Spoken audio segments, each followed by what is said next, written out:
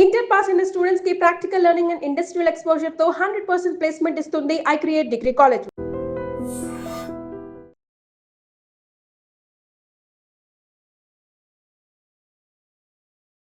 Welcome to I dream. Dhurandhar 2 Hollywood బాలీవుడ్ని shake చేసిన సినిమా. ఆ దురంధర్కి కథ ఎవరు ఇచ్చారు, ఆ కథ కారకుడు ఎవరన్నది అందరికీ తెలిసిందే. ఆయనే అజిత్ దోవల్, మన సైన్యానికి కావాల్సిన వ్యక్తి. అటువంటి వ్యక్తి ఉండబట్టే ఈరోజు మనం సేఫ్గా ఉన్న విషయాన్ని ప్రతి ఒక్కరు గుర్తిస్తుంటారు, ముఖ్యంగా భారత సైన్యం. అందుకే ప్రధానమంత్రి మోడీ గారి దగ్గర నుండి క్యాబినెట్లో ఎవరైనా ఆయన మాటకి విలువిస్తుంటారు. మన సైన్యానికి ఆయన దిక్సూచి లాంటివాడు. ఆ అజిత్ దోవల్ అసలు ఆయన ఎలా ఉంటారు, ఆయన ఈ స్థాయికి రావడానికి ఎంత కష్టపడ్డారన్న విషయాన్ని మనతో మాట్లాడడానికి ఎక్స్ ఆర్మీ ఆఫీసర్ ఓబ్రే గారు ఉన్నారు. అని అడిగి తెలుసుకుందాం. సార్ నమస్తే. నమస్తే సార్.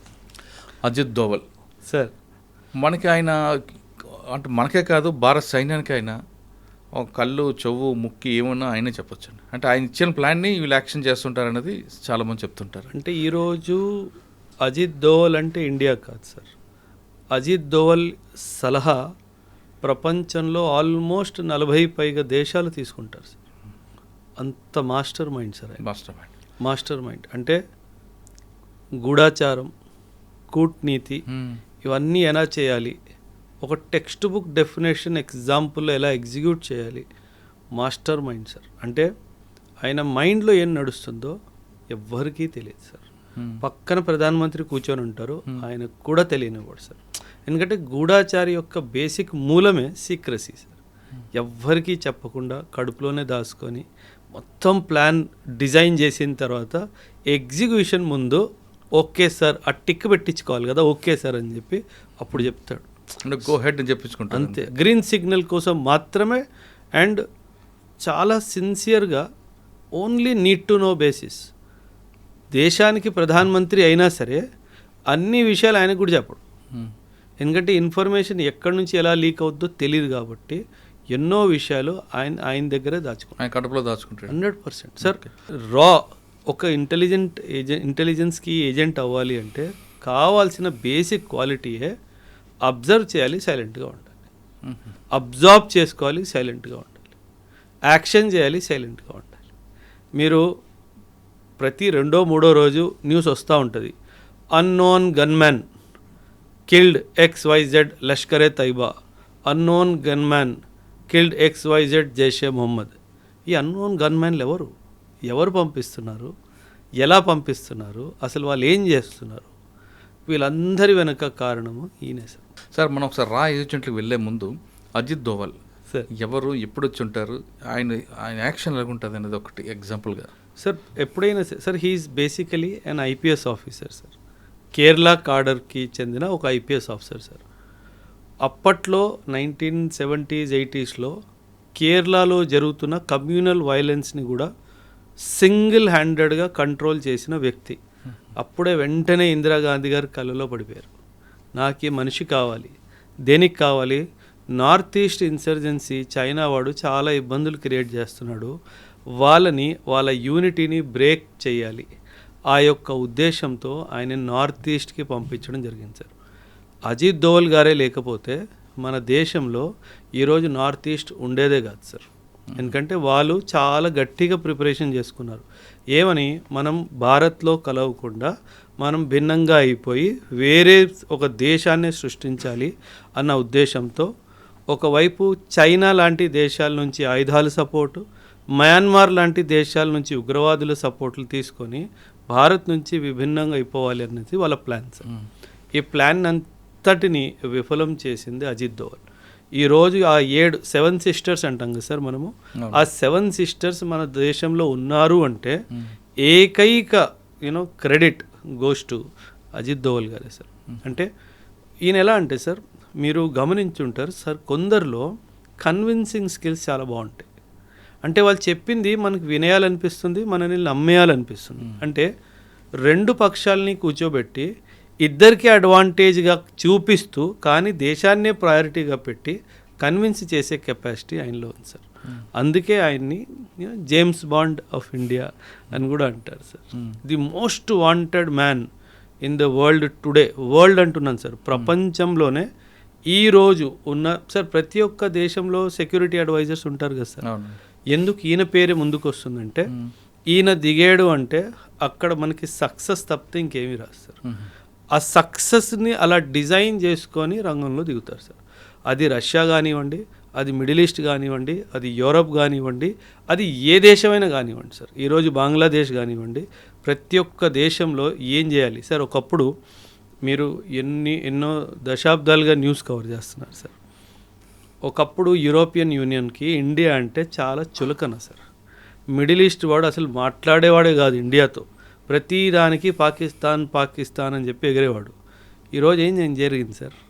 ఈరోజు యూరోప్లో మనల్ని పిలుస్తారు యాజ్ విఐపి ట్రీట్మెంట్ ఇవ్వడానికి. మన ప్రధానమంత్రికి రెడ్ కార్పెట్ వెల్కమ్ దొరుకుతుంది. మీరు రీసెంట్గా చూశారు, నెదర్లాండ్స్ వాళ్ళు ఎప్పుడో ఏన్షియంట్ టైమ్స్లో మన ఇండియా నుంచి తీసుకెళ్ళిపోయిన మన యొక్క హిస్టారిక్ ఏవైతే ఆర్టిఫాక్ట్స్ ఉన్నాయో అవన్నీ మన దేశానికి తిరిగిస్తున్నారు.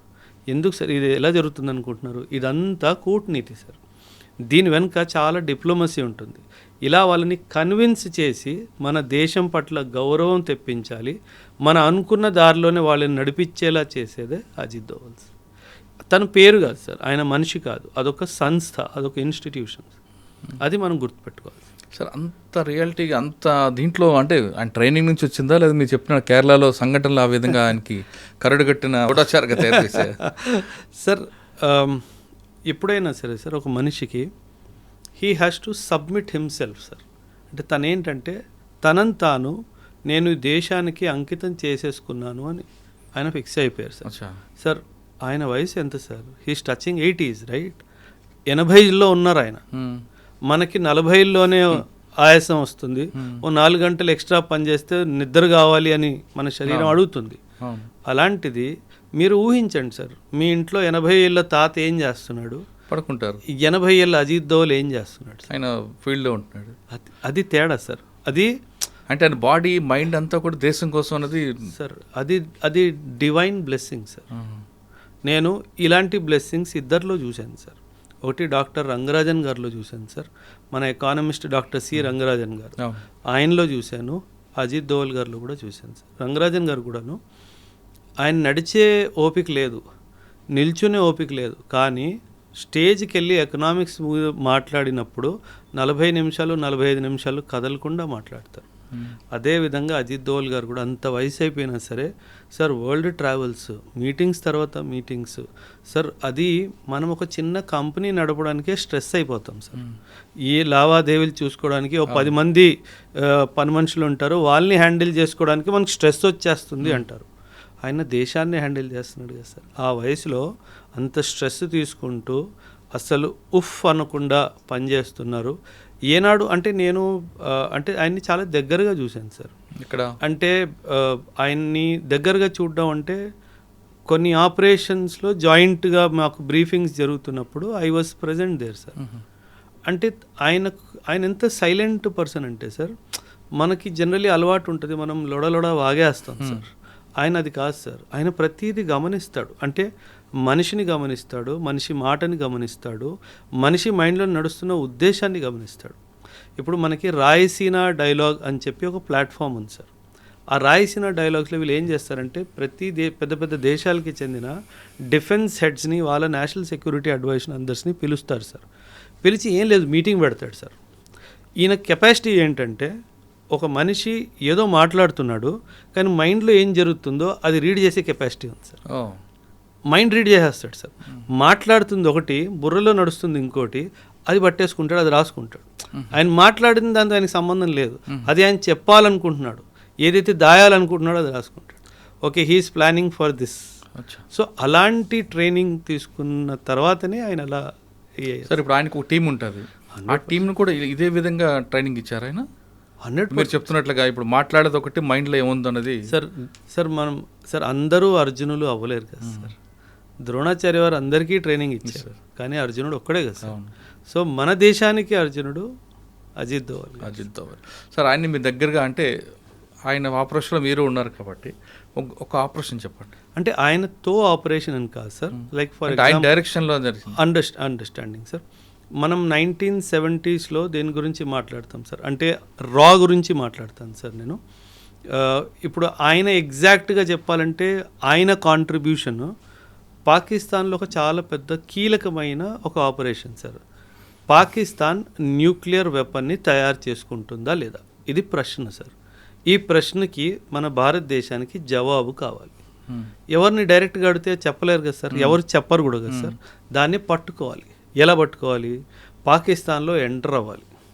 సో ఈయన ఒక టీంని తయారు చేసుకొని పాకిస్తాన్లో ఎంటర్ అవ్వడం జరుగుతుంది సార్. పాకిస్తాన్లో ఒక ప్లేస్ కహూతా అని చెప్పి ఒక ప్లేస్ సార్. ఆ కహూతా అనే ప్లేస్లో వీళ్ళు న్యూక్లియర్ ఎక్స్పెరిమెంట్ చేస్తున్నారు ఒక ప్రిమైసిస్లో. ఇప్పుడు న్యూక్లియర్ ఎక్స్పెరిమెంట్ జరుగుతుందంటే సాధారణంగా లోపల ఎవ్వరికి వెళ్ళడానికి వీలు ఉండదు సార్, అనుమతి ఉండదు. కాకపోతే కనుక్కోవాలి ఏం జరుగుతుందో. అందరు వస్తున్నారు, పెద్ద పెద్ద బళ్ళు వస్తున్నాయి, విఐపి ప్రొటెక్షన్స్ వస్తున్నాయి, లోపల వెళ్తున్నారు, బయటకు వెళ్తున్నారు, కానీ ఏమీ అర్థం కావట్లేదు. అసలు ఏం జరుగుతుందో అనేది క్లారిటీ లేదు. అప్పుడు ఈయన తెలివిగా ఏం చేశాడంటే సార్, కొందరు సైంటిస్టులని ఫాలో అయ్యాడు సార్. కొందరు సైంటిస్టులని ఫాలో అయ్యి వాళ్ళు కటింగ్కి ఎక్కడికి వెళ్తున్నారో కనుక్కున్నాడు సార్. హెయిర్ కటింగ్కి ఎక్కడికి వెళ్తున్నారో కనుక్కున్నాడు. ఆ కటింగ్ షాప్కి వెళ్ళి వాళ్ళ హెయిర్ శాంపుల్స్ని చాలా తెలివిగా తీసుకొని వచ్చాడు సార్. ఎప్పుడైనా సరే సార్ న్యూక్లియర్ ఎక్స్పెరిమెంట్ జరుగుతున్న స్థలంలో మనం ఉంటే గనక మన స్కిన్, మన బాడీ, మన హెయిర్ ఫాలికల్స్ మీద న్యూక్లియర్ ఎనర్జీకి రేడియేషన్కి సంబంధించింది అలా ఉండిపోతుంది. వాటిని ఇండియాకి తిరిగి పంపించి నిజంగా దీంట్లో రేడియేషన్ ఎలిమెంట్ ఉందా అని కనుక్కున్నాం సార్. అప్పుడు మనకు తెలిసింది ఏంటంటే అవును, ఈ కహూతా అనే స్థలంలో పాకిస్తాన్ వాళ్ళు న్యూక్లియర్ వెపన్ని తయారు చేసుకోవడానికి అంత రీసెర్చ్ జరుగుతుంది అని చెప్పి. అప్పట్లో మొరార్జీ దేశాయ్ గారు మన ప్రైమ్ మినిస్టర్ అనమాట. అంటే వీళ్ళు అక్కడ నుంచి ఇంకా మొరార్జీ దేశాయ్ గారికి 1-to-1 వీళ్ళకి ఆబ్వియస్లీ డైరెక్ట్ కాల్స్ ఉంటాయి కాబట్టి, సరే ఇలా ఇలా జరుగుతుంది, మీరు గోహెడ్ ఇస్తే ఏదో ఒకటి చేద్దాం అనేసి. ఆయన అసలు గోహెడ్ ఇవ్వలేదు సార్. అంటే ఇది చాలా దురదృష్టకరమైన అంటే ఒక హిస్టారికల్ ఈవెంట్ సార్. ఆయన గ్రీన్ సిగ్నల్ ఇస్తే మాత్రము ఈరోజు పాకిస్తాన్ దగ్గర న్యూక్లియర్ వెపనే ఉండేది కాదు సార్. ఇన్ఫ్యాక్ట్ ఇతనే కాదు సార్, ఇజ్రాయిల్ వాళ్ళు కూడా భారత్తో కలిసి ఒక జాయింట్ ఆపరేషన్ చేసి పాకిస్తాన్లో ఉన్న న్యూక్లియర్ ఫెసిలిటీని ధ్వంసం చేద్దామని చెప్పి వాళ్ళు కూడా ముందుకు వచ్చారు. దానికి కూడా అనుమతి ఇవ్వలేదు సార్. సో అది ఇచ్చుంటే కనుక ఖచ్చితంగా ఈరోజు పాకిస్తాన్ అయితే సార్, ఇప్పుడు మీరు గమనిస్తే కనుక sir, Pakistan is the only Islamic country that has a nuclear weapon. దానివల్ల పాకిస్తాన్ వరల్డ్ డిప్లొమసీలో చాలా పై ఎత్తుకు వెళ్ళిపోయింది సార్. ప్రతి దేశం పాకిస్తాన్తో మంచి సంబంధాలు ఏర్పాటు చేసుకోవాలి అని అనుకుంటుంది, ఎస్పెషలీ ఇస్లామిక్ దేశం. అండ్ మనతో దగ్గరికి రావాలంటే పాకిస్తాన్కి దూరం అయినట్టుగా సార్ లెక్క. At the end of the day వాళ్ళకి వాళ్ళే బంధువులుగా సార్. సో వాళ్ళు పాకిస్తాన్ వాళ్ళకి చాలా అవసరమైన దేశం అనమాట. సో ఆ డైమెన్షన్లో మనం మిడిల్ ఈస్ట్లో పెనిట్రేట్ చేయలేకపోతున్నాం, ఎందుకంటే ప్రతి చోట పాకిస్తాన్ అడ్డొస్తుంది కాబట్టి. అండ్ మన న్యూక్లియర్ పాలసీ న్యూక్లియర్ అంబ్రెల్లా ఇస్తాను వేరే దేశానికని ఒప్పుకోవచ్చు సార్. అందుకే వాళ్ళకి న్యూక్లియర్ ప్రొటెక్షన్ ఇచ్చే అధికారం మనకు లేదు, ఎందుకంటే మన పాలసీలోనే మనం న్యూక్లియర్ అంబ్రెల్లా ఎవరికి ఎక్స్టెండ్ చెయ్యము అని చెప్పి మనం రాసుకున్నాం కాబట్టి.